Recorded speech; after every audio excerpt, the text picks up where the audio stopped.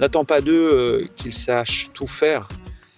Ce qu'on attend d'eux, c'est de se poser les bonnes questions au bon moment et d'y apporter les bonnes réponses. Et souvent, les bonnes réponses, c'est c'est l'équipe qui vont construire autour d'eux et autour du CEO.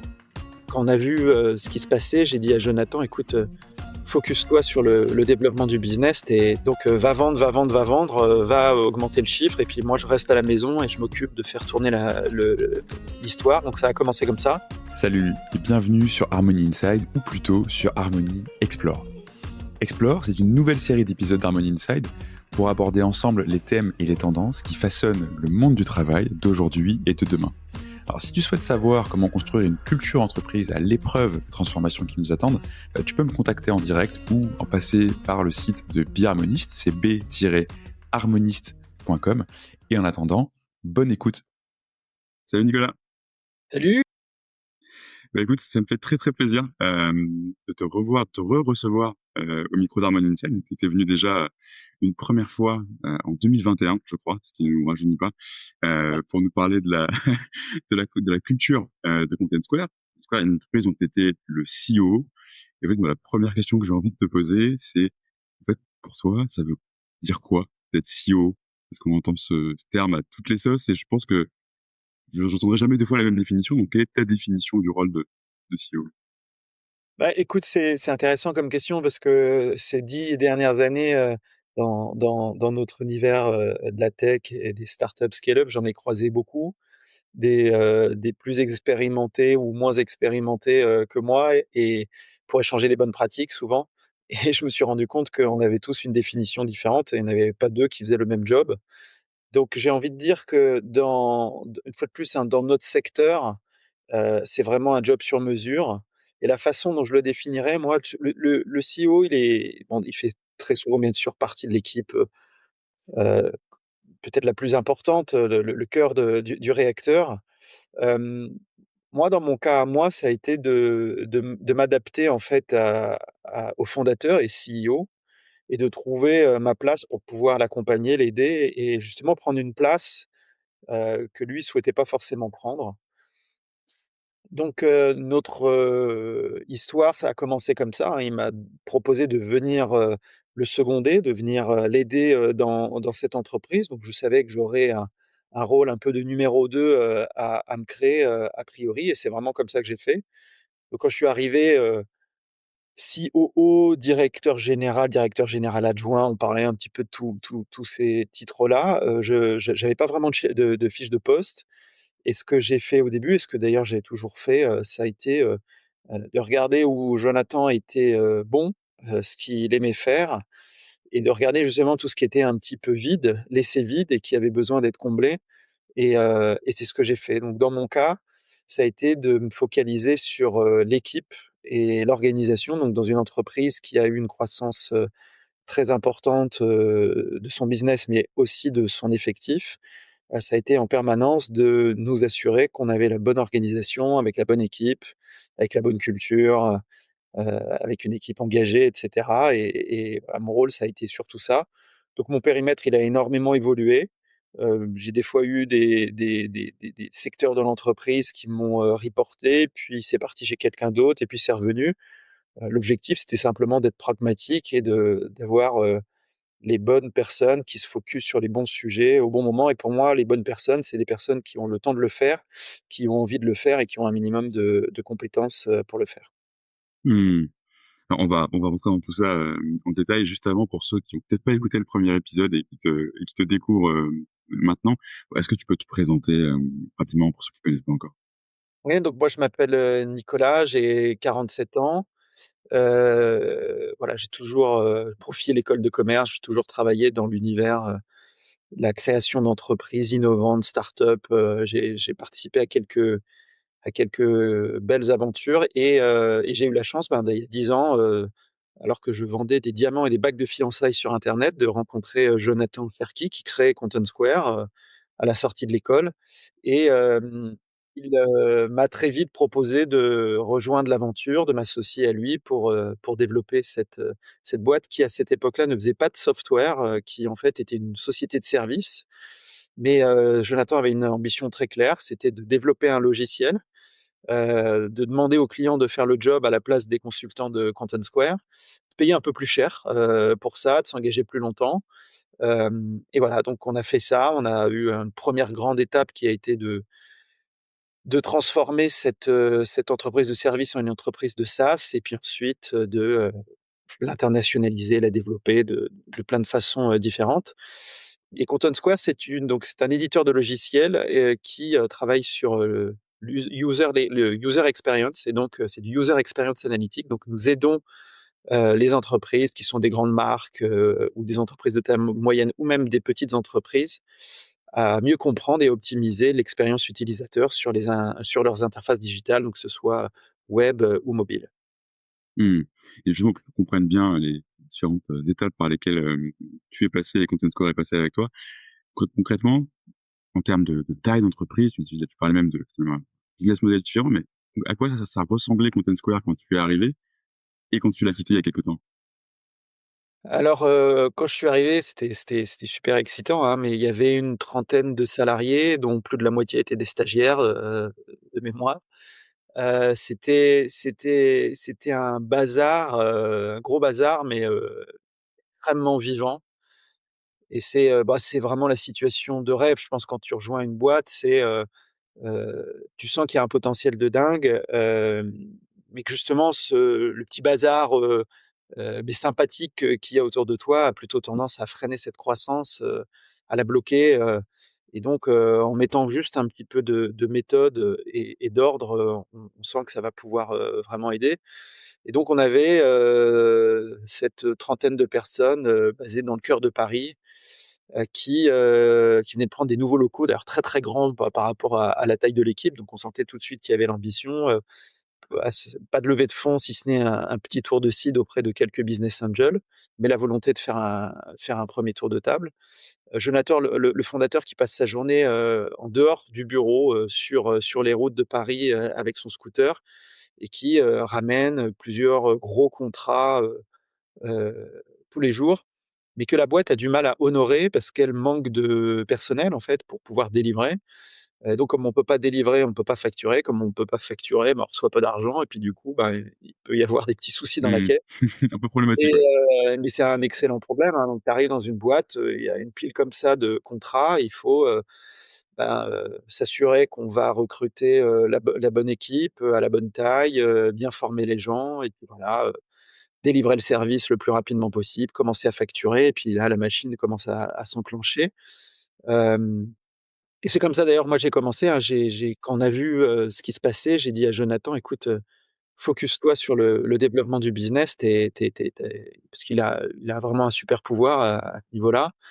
Donc, va vendre, va vendre, va vendre, va augmenter le chiffre et puis moi je reste à la maison et je m'occupe de faire tourner l'histoire. Donc ça a commencé comme ça et puis en parallèle de ça, on a fait la première levée, et puis voilà, c'est ensuite qu'on a pu, commencer à évoluer. En termes de taille, donc moi je t'ai dit, il y avait une trentaine de Mmh. salariés, il y a moins je crois d'1 million de chiffres. Puis quand je suis parti, on était à plus de 300 millions de chiffres, près de 400 même, en termes de revenus récurrents, annuels.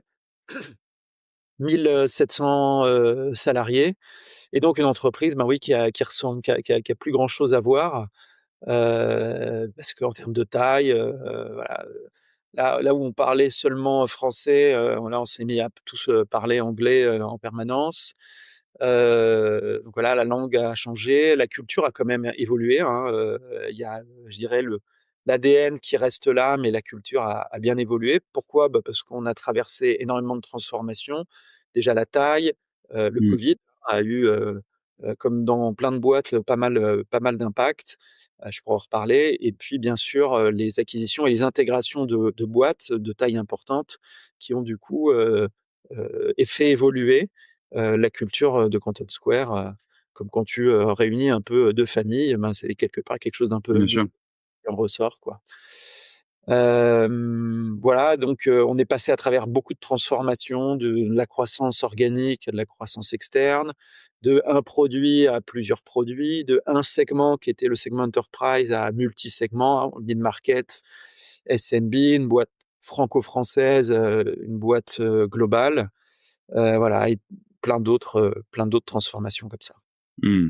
Oui, justement, donc ces transformations-là, enfin, comme tu l'as dit, elles sont de nature très multiple. Ça peut être soit des levées de fonds qui font accélérer, soit tu changes ton produit, soit tu rachètes une boîte, soit tu vas à l'international.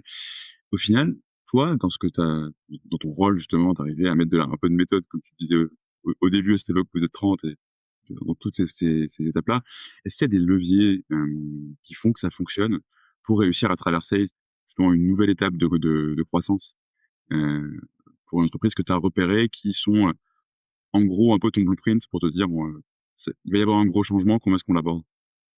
Ouais, ouais, c'est bah, écoute, moi déjà j'ai quand je suis arrivé chez Content Square et que Jonathan me présentait son ambition qui était, plus ou moins, ben, de faire ce qu'on a fait, Mmh. j'y C'est bien ça. et je me disais que si on faisait le tiers, je serais déjà un très content et 2 sûrement que j'atteindrais assez vite mon plafond de verre et que, faudrait que je laisse la place à quelqu'un d'autre. Bon, j'ai comme pas mal de gens, un peu le syndrome de l'imposteur et bon, ce qui est aussi très bien parce que ça fait que je me remets en question, en permanence mais très vite, j'ai dit à Jonathan, «Écoute, je vois que la boîte est en train de croître à une vitesse, incroyable, si à un moment tu veux qu'on recrute mon patron, il y a pas de problème, on fera ça ensemble, on fera ça intelligemment et moi je serai très content». Peut-être ça me soulageait un peu de dire ça Mmh. et en fait, sa réaction a été géniale. À chaque fois, il m'a dit: «Non, non, moi je crois que tu as, un super potentiel et puis tu es comme moi, on est très différents, tous les 2 je pense, mais il y a un truc qui nous rejoint, c'est qu'on aime bien apprendre et on aime bien se challenger et se faire challenger et donc on a fait, ensemble quelque chose, qui nous a beaucoup aidés. C'est qu'on a décroché notre téléphone et qu'on a appelé, tous nos, pairs dans l'industrie qui avaient 2, 3, 4 ans, de plus. En leur disant: «Bah, regarde, on est confronté à telle problématique, toi tu l'as rencontrée aussi, comment tu as fait?» Et ça, moi je l'ai fait, des dizaines de fois. Et d'ailleurs maintenant je suis des fois contacté par des gens qui font la même chose et je le fais, bien volontiers. Donc déjà je trouve qu'il y a une grande, solidarité dans Mmh. notre secteur pour, pouvoir comme ça, échanger donc ça c'est top. Donc voilà, on a beaucoup appris des autres. Le 1er levier, c'est d'apprendre, des autres, de ceux qui ont déjà fait, qui ont déjà été confrontés, qui ont fait des conneries, qui nous expliquent ce qu'il faut faire et ce qu'il faut pas faire. Faut jamais en parler qu'à une seule personne, faut confronter plusieurs avis, mais juste en parlant à 2, 3 personnes, des fois sur un même sujet, on arrive vraiment à se faire une conviction, de ce qu'il faut faire et ce qu'il faut pas faire. Donc ça a été le 1er gros levier. Puis le 2e levier, c'est comme, on avait Jonathan et moi peu ou pas d'expérience dans le domaine du software, heu, on a, notre stratégie classique, ça a été, d'identifier, ce qu'on ne savait pas faire et d'essayer de comprendre, quelle était la bonne personne à aller chercher, pour nous aider à faire. Et c'est pas toujours évident parce que, il faut savoir recruter la bonne personne, mais aussi avec le bon niveau d'expérience et de compétences. Et par exemple, pour donner un exemple, quand on a recruté notre 1er, VP Sales, on était, 80 je crois dans l'entreprise et on est allé chercher un VP Sales, qui est Pierre Casanova, qui est devenu notre Mmh. CRO pendant, 9 ans et qui avait une expérience, vraiment, très, très importante et Content Square était trop petit finalement pour lui et en fait, on est allé chercher ce gars-là parce qu'on était persuadé que c'était la bonne personne. On l'a associé aussi au projet et on a bien fait parce qu'il a tenu la baraque pendant, 9 ans. C'est-à-dire que quand il est arrivé, il y avait, 2 personnes dans son équipe et puis quand il est parti, il devait y en avoir 400 ou 500. Et donc il nous a permis de scaler, les différentes, étapes. Donc le deuxième, c'est évidemment le recrutement, quoi. Et moi, j'ai l'impression quand même d'avoir fait beaucoup, beaucoup, beaucoup ça. Ça a été de regarder notamment l'équipe dirigeante ou l'équipe de leadership d'une façon générale Mmh. et en permanence de se poser la question de: «Est-ce qu'on a la bonne personne?» Est-ce qu'on a la bonne personne à la taille à laquelle, on est aujourd'hui et quand on regarde les enjeux de transformation à venir? Et de répondre à cette question et de le faire avec le maximum de transparence pour les équipes qui sont en place. Donc plein, plein de fois, ça m'est arrivé d'aller voir, mes copains et mes collaborateurs de Content Square en leur disant: «Écoute, voilà, j'ai un truc à te dire, je pense qu'il faut qu'on recrute, ton boss et je t'explique pourquoi». Et franchement, c'est toujours bien passé parce qu'on a eu la chance d'avoir des gens super intelligents et qui ont compris que leur intérêt, c'était pas d'aller se planter dans un mur, tout droit, tout seul, mais de se faire accompagner, par quelqu'un qui allait leur apprendre des choses et que dans 2 ou 3 ans, peut-être qu'ils seraient plus les numéros 1 de leur organisation, mais ils seraient beaucoup plus forts et ils auront, une capacité à se revendre, sur le marché qui sera bien meilleure et ça s'est toujours passé comme Mmh. ça. Effectivement, c'est vraiment ça doit pas être facile et tu disais, assez vite, j'arrive à me faire une conviction sur ce qu'il faut faire et sur ce qu'il faut pas faire. Sur ce sujet du recrutement qui sont très, très clé dans dans une aventure d'hypercroissance, dans celle que tu as vécue à Carrefour chez Content Square. Qu'est-ce qu'il faut pas faire? C'est quoi les erreurs à éviter quand on est, dans cette phase de structuration, d'équipe, en croissance très rapide, pour que ça parte pas dans tous les sens? Bah, il faut recruter au bon moment, c'est ce que je disais, c'est ni Mmh, trop tôt ni trop tard, mais c'est toujours, un peu c'est pas simple. Il faut aller chercher des gens qui sont, très très compétents bien sûr, mais des gens qui, surtout, avec qui on sent qu'on a un fit, culturel très fort et je reprends l'exemple de Pierre, que je raconte souvent, alors Pierre, il avait déjà Pierre Casanova, donc notre CRO, il avait mmh, une expérience, assez incroyable, mais finalement, grâce aux très, très bons chasseurs de tête qu'on avait mis sur le coup, on s'est rendu compte qu'on avait moyen d'aller chercher des profils, même encore meilleurs. En tout cas sur le papier qui semblaient, plus expérimentés que lui. Hem Et je me rappelle, on en avait un, qui venait de Salesforce, sur le papier, on pouvait pas aller chercher mieux, quoi. Et mmh, le gars était très, très, très motivé. Et en fait, on a décidé de pas le prendre, parce qu'on a senti que culturellement, ça allait pas matcher. En plus, la culture à ce moment-là, elle était à son summum, quoi. Il y avait, mmh, une énergie, incroyable qui était liée à la croissance, aux perspectives, une équipe jeune, super, super engagée, Heu, puis avec un certain champ de valeurs et puis en fait, on a senti que Pierre, ça pourrait matcher. D'ailleurs, là, on s'est pas trompé parce que c'est devenu un des piliers, et un des gros ambassadeurs de notre culture, quoi. mmh.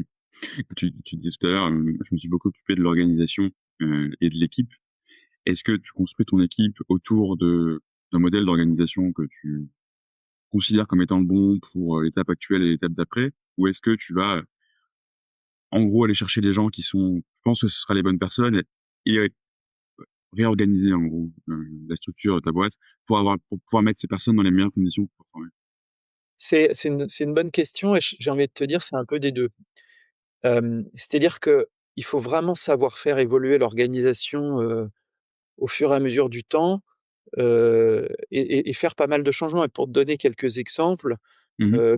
On peut avoir un pan de l'organisation qui va, émerger au sein, d'une partie de l'organisation et puis ensuite bouger ailleurs. Et je vais te donner un exemple. À un moment, donc moi je dans sous dans mes op dans une partie de mon périmètre, c'était les opérations, transverses et j'ai vu à un moment que, en discutant avec notre, directeur financier de l'époque que, il y avait un sujet sur les achats et lui, son focus, c'était, des levées de fonds, en cours, enfin une levée de fonds en cours et une grosse acquisition, en cours. Il y avait pas le temps de créer un département achat et je lui ai dit: «Moi, je pense qu'il faut vraiment le faire maintenant parce que ça va devenir critique» et il m'a dit: «Bah, si tu veux, vas-y, fais-le, je pourrais t'aider un petit peu de loin mais» et donc bah, c'est moi qui ai, Mmh. recruté, enfin et pareil, je me suis même posé la question de, qu'est-ce qu'il fallait faire? J'ai appelé mes copains, comment on structure un département achat? J'ai, pensé identifier un peu le bon profil, j'en ai essayé une chasse, on a trouvé quelqu'un de super, qui s'est avéré être quelqu'un de super, heu, qui est arrivé, qui m'a fait un plan, un budget, qui a construit une équipe et puis on a bossé ensemble pendant 1 an et demi, 2 ans et quand, on jouait un rôle un peu d'incubateur et puis quand, le gros était passé côté finance et ben, cette personne s'est rattachée, au directeur, financier parce que c'était la suite logique des choses et on a fait ça sur plein de sujets, comme ça, des en fonction de la bande passante, en fonction de l'expérience, des compétences et très pragmatique. C'était pas forcément, on suivait pas forcément ce qui est marqué dans les bouquins, mais on faisait les choses, voilà, parce qu'on savait qu'à ce moment-là, ça allait fonctionner et que ça pourrait bouger et donc toujours pareil, en étant très transparent. Moi, quand j'avais recruté cette responsable des achats, directrice des achats, je lui avais dit: «Attention, tu vas bosser avec moi, c'est moi qui te recrute, mais sache que d'ici, quelque temps, ça pourrait bouger» et elle a bien sûr, compris et c'est du coup, tout s'est très bien passé. Donc il faut savoir rester comme ça super, flexible, sur l'organisation, sur, où sont rattachés les différents pans de l'organisation. Par contre, il y a quelque chose sur lequel on a une vision assez long terme dès le début, c'est vraiment les grandes règles de l'organisation et souvent d'ailleurs, contacté par des boîtes un petit peu plus petites qui commencent à s'internationaliser notamment, elles me posent toujours la question, «Comment est-ce que vous faites l'organisation, est-ce que vous avez des organisations par pays, avec des DG par pays ou alors est-ce que vous avez vraiment une organisation centralisée globale?»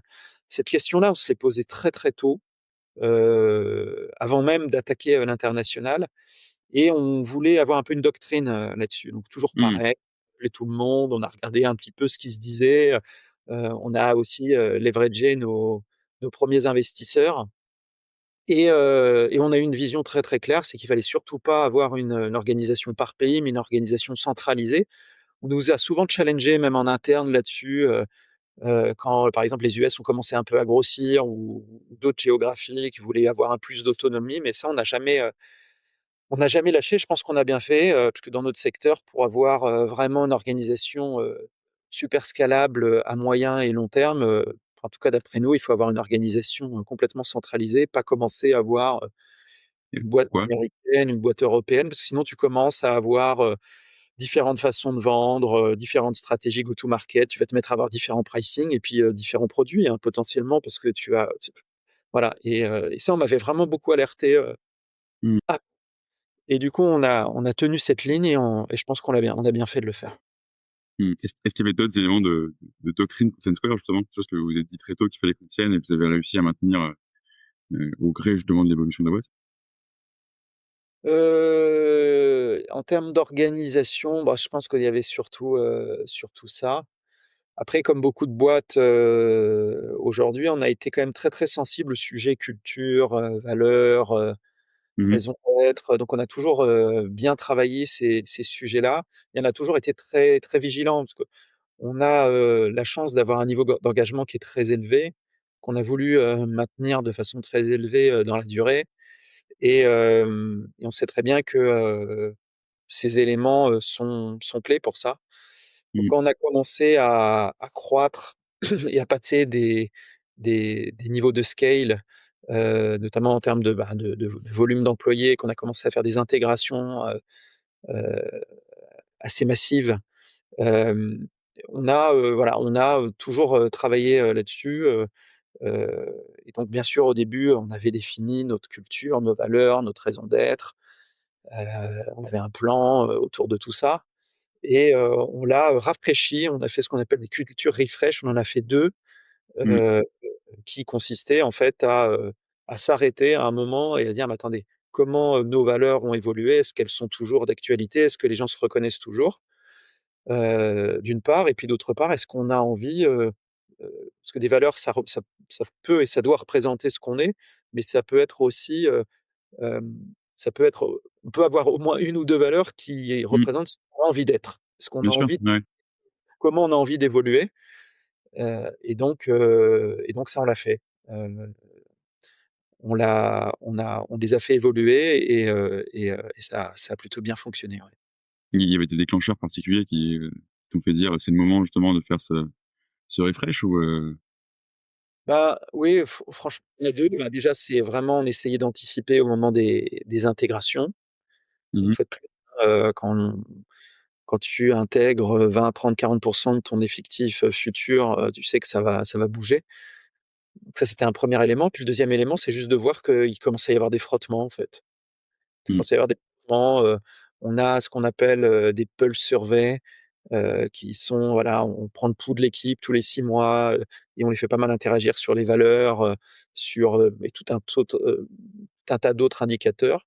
Bah, quand on voit que s'il y a certains sujets qui commencent à décliner un petit peu alors que c'était en pleine croissance ou que ça commence à stagner, bah, c'est des signaux qui nous font dire qu'il y a peut-être, justement dans la façon dont on présente la culture, les valeurs et cetera, des choses où les gens se reconnaissent plus Mmh. et il y a rien de pire quand il y a un gros, gros, trop gros décalage entre ce que tu te dis être et puis ce que tu es dans la réalité, bah, ça crée de la frustration, et donc il faut remettre les choses à plat, quoi. Mmh.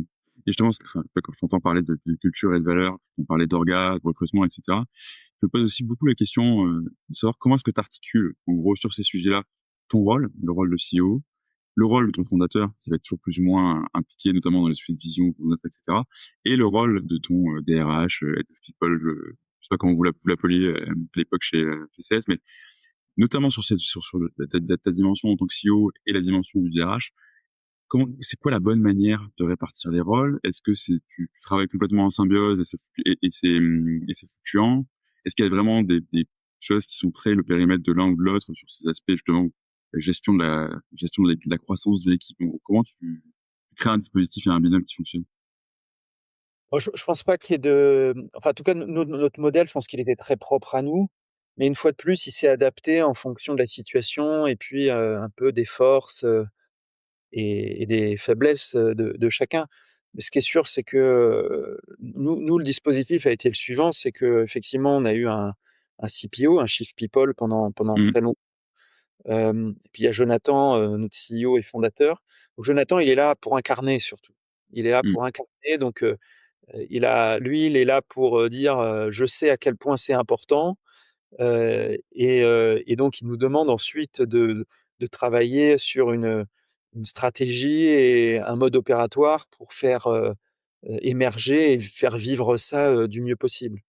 Donc, lui, il est là pour, donner la direction, participer grandement à la définition de tout ça et ensuite pour, l'incarner, au plus haut lieu et au quotidien.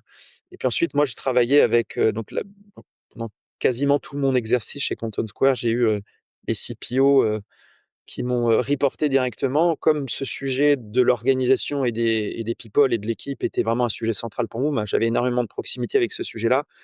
Donc, bah, au début, ça a été moi le CPO. D'ailleurs, les Mmh. 2 dernières années, c'était moi aussi. Puis au milieu, on a eu, plusieurs, chief people qui nous ont rejoints, avec qui j'ai bossé de façon, très étroite. Moi, j'intervenais beaucoup effectivement dans la définition Mmh. de la stratégie de tout ça et puis ensuite avec une équipe, et un CPO, qui mettait en œuvre. D'accord. Ouais, effectivement, plus je réfléchis à ce rôle de CEO et à ce rôle de CPO, plus j'ai l'impression qu'ils doivent être très, très Oui, très, très très lié. liés et que ça enfin, notamment au début d'une entreprise, ça a presque pas de sens de les distinguer. Enfin, ça va dans le sens de ce que tu dis, finalement. Ouais, ouais, ouais, complètement et heu et d'ailleurs, quand notre, CPO est parti, il y a 2 ans et qu'on s'est mis à recruter quelqu'un, à chercher quelqu'un, mais on a eu du mal à trouver, on peinait à trouver quelqu'un qui nous convenait et l'équipe de direction et Jonathan sont venus nous voir en me disant: «Mais en fait, c'est plus ou moins ce que tu fais depuis, Mmh, depuis ouais, c'est ça. 7-8 ans, reprends le sujet en direct», d'autant plus qu'à ce moment-là, on avait une équipe, heu, très solide, sur le deuxième niveau de management, de l'équipe, RH et donc ça a été, heu, ça a été très intéressant de fonctionner comme ça. Jusqu'à un certain niveau et justement quand je suis parti, on a nommé en DRH la DRH d'une entreprise qu'on venait d'acquérir et qu'on était en train Mmh. d'intégrer, qui en plus, était une américaine, et on s'est dit, ben, qu'on était sûrement mûrs pour avoir, une DRH, aujourd'hui, américaine et ça se passe bien. Mmh, super. Alors justement, je reviens sur le sujet des acquisitions, parce que c'est quelque chose que tu as beaucoup géré, chez Content Square. Tu l'as dit, vous êtes passé d'une croissance organique à une croissance externe. Hem, Chez vous, est-ce que c'est même question, en fait, est-ce qu'il y avait, un blueprint très clair avec, quelle que soit l'acquisition, la stratégie, c'est, je sais pas, on va les laisser indépendants pendant un an, puis ensuite ils vont nous rejoindre progressivement, prendre la marque, et cetera? Est-ce que c'était du cas par cas? Et voilà, comment est-ce que tu abordais, ce processus d'intégration d'une nouvelle acquisition, chez CS? Écoute, bah, je crois qu'avant de faire notre première acquisition chez Content Square, et justement quand j'ai su qu'on avait fait une levée de fonds qui avait pour objectif surtout d'aller faire, du M&A, et comme tout, malheureusement ce que j'ai fait chez Content Square, je l'avais jamais fait avant. Il fallait que je m'y colle. avec Jonathan et le reste de l'équipe, bah, pareil, j'ai activé mon réseau et j'ai rencontré Patrick Vigneault, que tu connais bien. Bien sûr. Et Patrick, je lui avais demandé: «Bah, vas-y, raconte-moi un peu, toi tu connais bien ces sujets-là». Et il m'avait dit un truc qui m'avait vachement marqué. Il m'avait dit: «Mais tu sais, il y a, 2/3 des acquisitions et intégrations qui créent zéro valeur, pour les boîtes Mmh, qui ont acheté, et dans, 90 des cas, le problème c'est, l'équipe et notamment la culture, d'entreprise, les cultures d'entreprise qui sont». Donc ça m'avait forcément super marqué. J'avais vu un point rouge, mmh, là, voilà, c'est surtout, en me disant: «Mais on a une culture quand même qui est très particulière chez Content Square, qui est quand même très marquée, très forte». Donc comment faire ça? Donc, pour répondre à ta question, à chaque fois qu'on a racheté une boîte, même si on était conscient de ce risque-là, celui que je viens d'évoquer, heu, Jonathan et on était incapable d'aller contre la volonté de Jonathan, qui était de racheter et d'intégrer cette boîte. Et donc il a toujours un peu fonctionné comme ça en disant, «On va le mmh. faire et j'ai confiance en vous, vous allez trouver une solution, pour, à ça». Donc on est toujours mis devant un fait un peu accompli qui était de dire: «Bon ben voilà, je vous mets dans cette situation-là et vous allez trouver une solution». Ce qui est à la fois, en plus, c'est excitant. On était quand même, une équipe comme ça qui adorait, ce genre de challenge.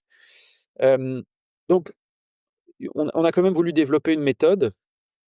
Et donc la méthode, ça a été, bah, de structurer au mieux, un projet d'acquisition et un projet d'intégration dans lequel justement on intégrait, par exemple un audit de culture qui nous Mmh. permettait, avant même de prendre la décision de racheter la boîte, de, constater quelle était la culture, surtout de constater les grandes différences avec Content Square et de voir si ça pouvait marcher, si ça pouvait être compliqué. Mais dans tous les cas, on a, avancé, en tout cas, ça n'a jamais été un élément de blocage. Hem, je dirais que dans tous les cas, on avait plutôt une green light, donc on se disait: «Non, ça va le faire», parce que, on voyait très bien le chemin. Des fois, c'était hyper positif. On se disait, «En fait, notre culture va les enthousiasmer», parce qu'une boîte, justement où ça fonctionnait plus très bien sur ce niveau-là, il y avait plus vraiment d'inspiration, il y avait plus vraiment d'énergie. On se disait: «C'est ils ont plutôt besoin», on pensait qu'ils avaient besoin de ça, et c'est vrai que ça a été le cas dans la plupart du temps. Il y a une fois où, donc c'était une grosse acquisition et sûrement peut-être une des plus importantes qu'on ait fait, où, Mmh. c'était Red Light, quoi. Et pourquoi Ouais. c'était Red Light? Bah, parce que culture très, très, très différente. Par exemple, nous, on était très, présence au bureau, très à vouloir vivre des choses ensemble, à se voir, on n'est pas du tout fermé au Au au remote, comment ouais. remote, pardon, mais plutôt fermé au full remote, au full remote. Mmh. Et cette boîte était, full remote, une politique, salariale, sur les avantages, sur vraiment plein de sujets qui étaient très, très différentes. Et donc ça Mmh. nous a amené en fait à prendre une décision qui était de racheter la boîte, mais de pas l'intégrer à court terme et de se donner 1 à 2 ans, donc pendant 1 à 2 ans, laisser la boîte se développer. Donc en fait, on l'a gérée un peu comme une filiale. On avait le CEO, de cette boîte qui était membre de notre, conseil d'administration. Et puis, de notre CODIR, pardon. Et puis, vraiment, donc il nous rapportait un petit peu l'activité de la boîte, mais on intervenait de très, très peu. Et en fait, d'ailleurs, ça a plutôt bien marché. La boîte a continué à faire de la croissance. Et puis, à un moment, on s'est dit que c'était vraiment le moment de lancer l'intégration. Et la raison principale était qu'on a racheté une autre boîte, et si on n'avait pas intégré, cette boîte à Content Square, il aurait fallu faire 2 intégrations de produits, Mmh. une, chez nous et une dans cette boîte-là. Ouais, ce qui Et complexifie carrément de manière, enfin, tu passes tout au voilà, carré, quoi. on Mmh. s'est dit: «Il faut faire une intégration massive des 2 boîtes en même temps». Donc on a Mmh. travaillé sur un gros, gros projet, une grosse intégration. Et ça s'est globalement bien passé, mais oui, il y a eu des grosses frictions sur la partie, culture, en fait. Et donc on a, eu, pas mal de gens qui sont partis. Et j'ai envie de dire, c'est un peu dur, mais pas assez en fait. Parce que, Mmh. je pense que c'est par exemple l'erreur qu'on a commise, et que si c'était à refaire, ça ne veut pas dire qu'on ferait différemment, on prendrait une décision différente, mais peut-être qu'on procéderait différemment. C'est que essayer d'intégrer des boîtes qui ont des cultures, des modes de fonctionnement trop différents, il faut avoir en tête que c'est bien sûr possible, hein, on peut intégrer le produit, on peut Mmh, intégrer une partie de l'équipe, mais il faut se mettre en tête qu'on va peut-être perdre les 2 tiers de l'équipe sur, 1 an et demi, 2 ans d'intégration et c'est là, je pense qu'on a commis une erreur, c'est qu'on pensait qu'on arriverait à convaincre. On arriverait à changer les gens en leur disant: «Mais comprends pas, il y a tellement de gens qui sont, contents de bosser pour nous, on a tellement peu de difficultés à recruter parce que les gens sont contents de venir pour bosser pour nous». Puis là, on arrive il y a une différence majeure, c'est qu'il y en a qui ont choisi et il y en a qui ont pas choisi, quoi. Bah, ceux qui ont pas choisi, ils étaient pas contents et hem et donc voilà, si c'était à refaire, je pense qu'on partirait du principe qu'on rachète, on a un projet d'intégration, mais ce projet d'intégration inclut une dimension, c'est qu'on va perdre 70-80 des effectifs, sous 2 mmh, ans. Donc on doit se préparer à ça et à ça, on n'était pas suffisamment bien préparé. On s'y est adapté en cours de temps, heu et mais voilà et sachant que tu peux avoir une autre problématique, c'est ceux qui ne devraient pas rester et qui restent. C'est-à-dire mmh, qu'il y a ceux qui viennent tout le temps, mais qui sont attachés au fait de rester, parce que pour des raisons souvent qui sont pas forcément les meilleures mmh. et C'est voilà. souvent très émotionnel, oui. Et Oui. justement dans ce plan de ces plans d'intégration, est-ce que tu les construis, heu, toi avec ton équipe, chez Content Square ou est-ce que tu les co-construis avec, l'équipe dirigeante de la boîte que tu as rachetée et dans quelle mesure? Parce que j'imagine que, tu vois, dans les personnes clés qui amènent de la valeur, si tu as envie que les gens restent au début, d'autres manières de sécuriser ça dans les deals que tu fais, mais comment est-ce que tu t'appuies aussi sur l'équipe qui est en place pour que ça fonctionne? Notamment, tu disais, on peut pas convaincre les gens. Heu, est-ce que enfin, tu vois, les premiers à convaincre, c'est notamment les C-level qui vont te rejoindre, quoi? Écoute, ouais, c'est super intéressant, et très et un sujet assez complexe, mais un truc qu'on a fait, c'est bon, tu sais, beaucoup d'entreprises travaillent, sur leur vision Ouais. à 6 mois, leur vision à 1 an, leur vision à 5 ans, c'est voilà, vision court, moyen, long terme et ben, dans la plupart des cas, on a organisé à un moment un séminaire avec, l'équipe, dirigeante, y compris notamment souvent les fondateurs qui étaient encore là et on a passé des heures, voire des journées à, travailler sur, la vision d'une intégration réussie à court, moyen, long terme qui, parfois, se résume à écrire une phrase dans laquelle tu vas mettre des chiffres, tu vas mettre des objectifs à Mmh, atteindre et cetera et hem Et en fait, ça permet de ça et alors soit on faisait ça avant, la finalisation, mais souvent quand même, on n'a pas beaucoup de temps avant, on le faisait après et là, on se rend compte que, en fait, sur des points de détail, mais qui sont pas si autant des détails que ça, on n'avait pas vu les choses de la même façon, on n'avait pas mmh, bien compris et en fait, ça nous a énormément aidé, parce que c'est donner l'impression que c'est un peu du travail perdu parce que passer une demi-journée sur une phrase qui résume ta vision à moyen terme, c'est pas très, productif. En fait, ça l'est parce que ça te permet, de savoir et d'intégrer plein de choses qui, vont t'éviter de d'avoir des conflits, à court ou moyen terme et donc ça a rendu, finalement les intégrations très, très fluides. Donc ça, on a beaucoup, beaucoup travaillé ça sur des visions de l'intégration, des projets ensuite, mais ouais, ouais, on les a du coup, super impliqués.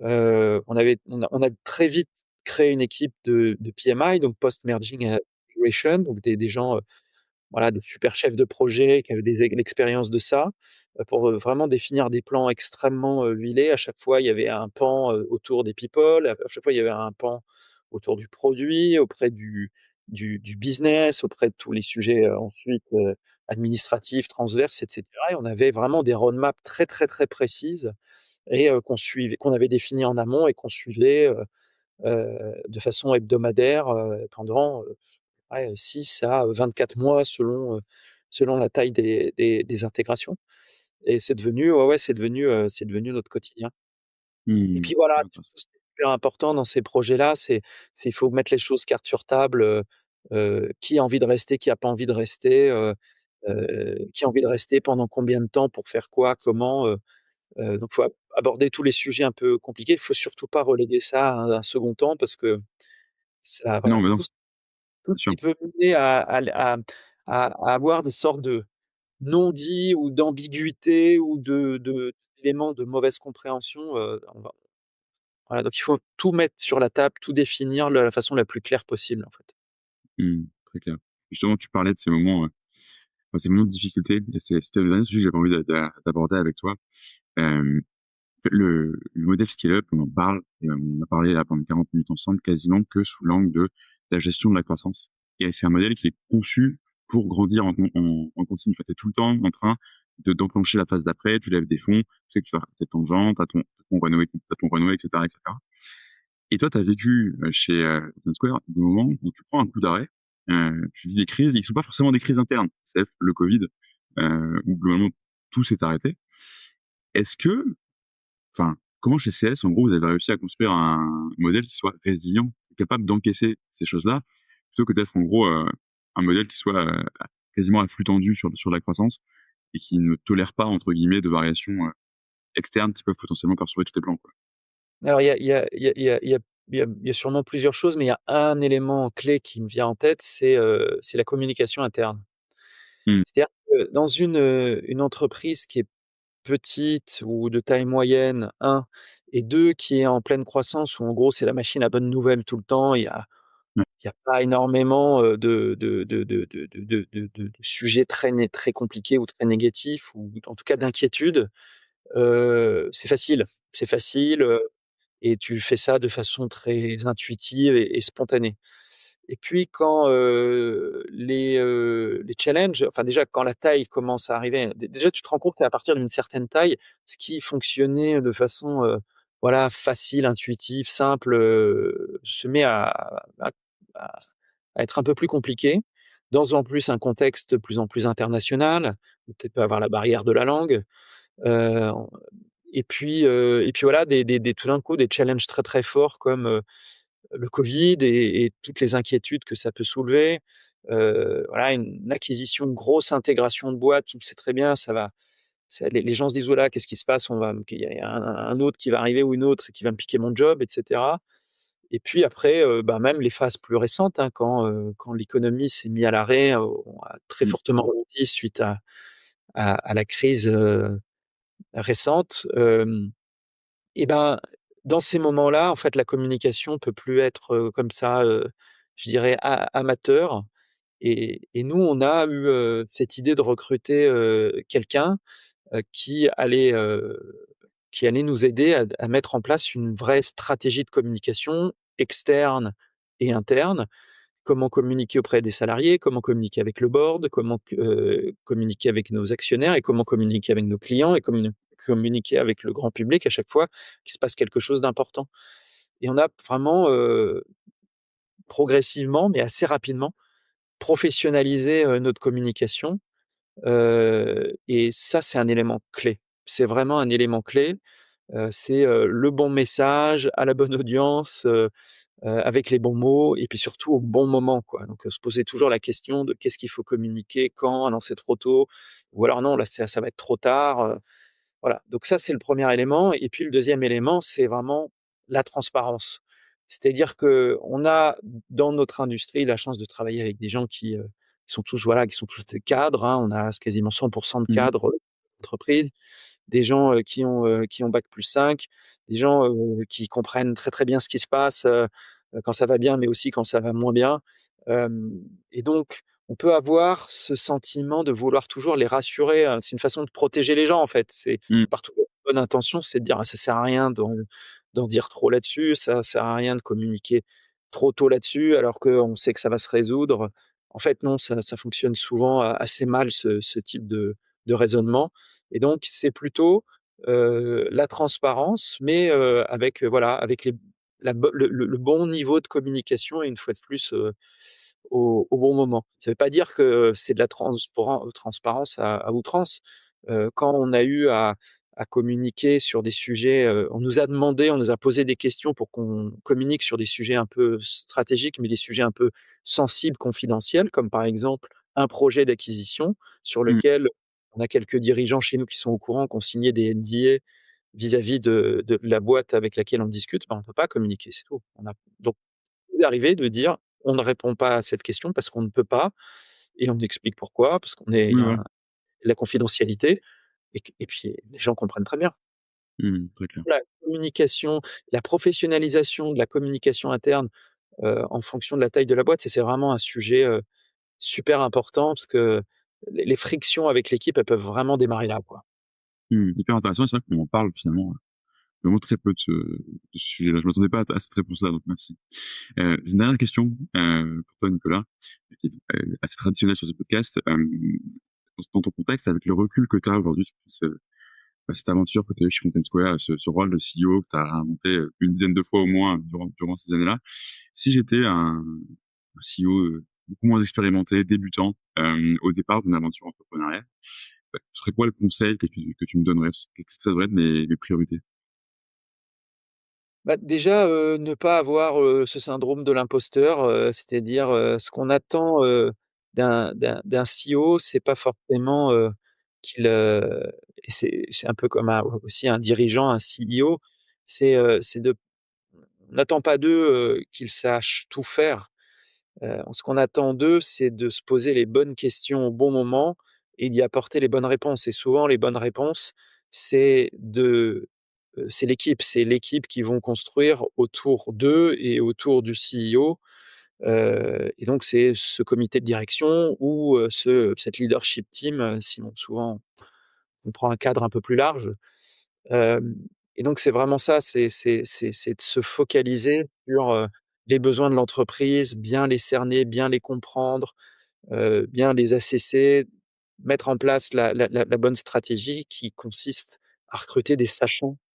Mmh. Hem, nos entreprises ont vocation, généralement à lever de l'argent, pour, avoir des croissances qui sont des croissances rapides et donc pour aller vite, parfois on a le temps d'apprendre, parfois on a le temps de s'adapter, mais souvent on l'a pas et donc ça passe par le fait d'aller, chercher, des gens qui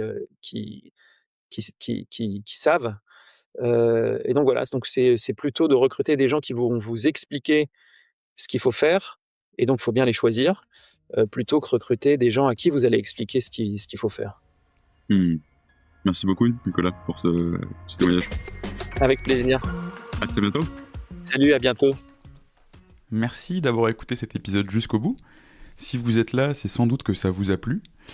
Si vous voulez nous aider, n'hésitez pas à partager cet épisode à votre boss, à votre ami qui veut monter une startup depuis toujours, ou à toute personne qui pourrait être intéressée par la culture entreprise. Vous pouvez aussi vous abonner sur Apple Podcasts, Spotify ou toute bonne application de podcast. Et vous pouvez également nous laisser un avis 5 étoiles de préférence sur Apple Podcasts. À très bientôt pour un nouvel épisode et merci à tous.